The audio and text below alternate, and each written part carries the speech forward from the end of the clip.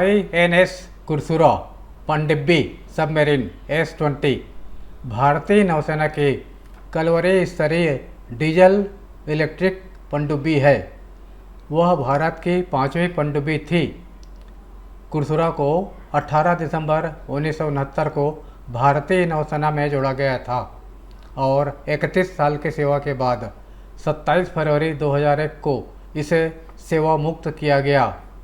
इसने 1971 में भारत पाकिस्तानी युद्ध में भाग लिया, जहां इसने गश्त देने वाले मिशनों में महत्वपूर्ण भूमिका निभाई।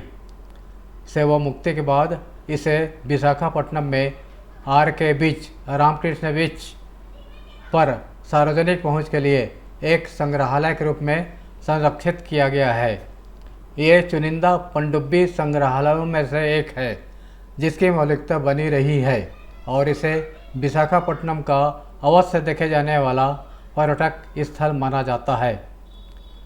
पनडुब्बी कुर्सुरा की लंबाई 91.3 मीटर है।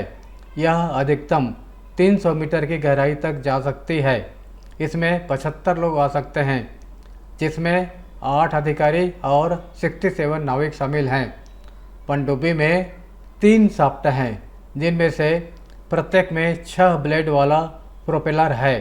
यह 3 कोलुमना 2D42M डीजल इंजन द्वारा संचालित है।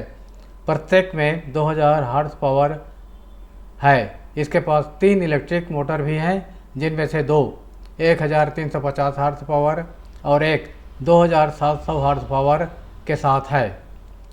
यह सतह पर 30 किलोमीटर प्रति घंटा की अधिकतम गति प्राप्त कर सकती है। पनडुब्बी को संग्रहालय बनाने के स्थान पर लाने के लिए 600 मीटर अंदर लाया गया, जिसमें 18 महीने लगे और 5.5 करोड़ लागत लगी। यह 24 अगस्त 2002 को जनता के लिए खुला। इसमें 6 सेवानिवृत्त नौसैनिक कार्मिक गाइड के रूप में और एक अन्य क्यूरेटर के रूप में काम करते हैं।